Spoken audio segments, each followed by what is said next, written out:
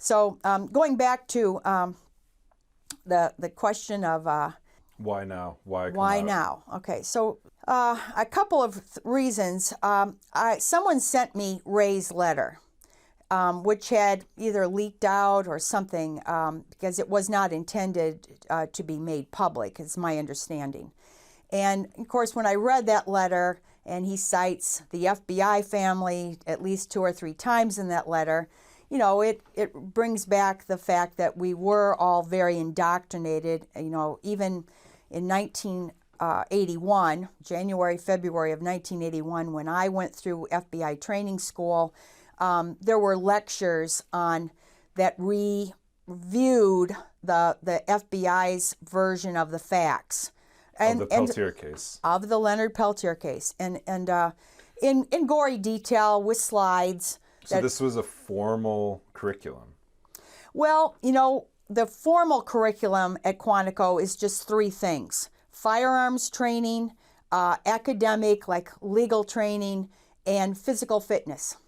But like in firearms training, so this was actually during firearms training, and I think it came up in others, and you know, in maybe some others as well. But in firearms training, like if it was too cold or sleeting or something, we couldn't go outside to practice shooting, they spent hours going through the Leonard Peltier case, more than once.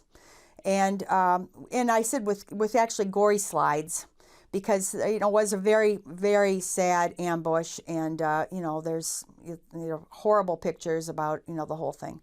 So yeah, so that goes all the way back to training school. And then, you know, throughout the years, the FBI family, it sounds good, you know, everybody, you know, people make up nice euphemistic terms like a family for something that really is pretty dangerous, which Hannah Arendt, you know, came up with the theory of the banality of evil. How did otherwise good Germans become these monsters?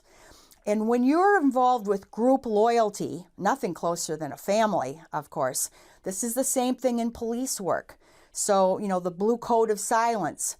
So you get group loyalty. We think of it as a good thing, loyalty to your friends, to your family, but it also can be the thing that blinds people emotionally to being objective and to basically to right and wrong. I mean, it's all throughout history this is the case. And so Hoover, going back to J. Edgar Hoover, which was way before my time, when I was a whistleblower, people sent me Hoover's loyalty poem. Hoover had plastered this, Elliot Hubbard, I think is the author of it, but it's called The Loyalty. It's, you know, the Nazis had this similar thing, and it's about loyalty above everything. Okay, so that poem was on the walls of FBI headquarters during Hoover's terms. And when I spoke out about 9/11, and you're not telling the truth about 9/11, I was sent the poem, the loyalty poem. So, I mean, I'm only touching on the surface of this problem of groupthink, group loyalty, and of course, citing the FBI family is a main way that this is done. It bonds everybody into an us versus them mode of thinking. Like in police, this happens all the time in the police. We're the good guys. We have a noble cause.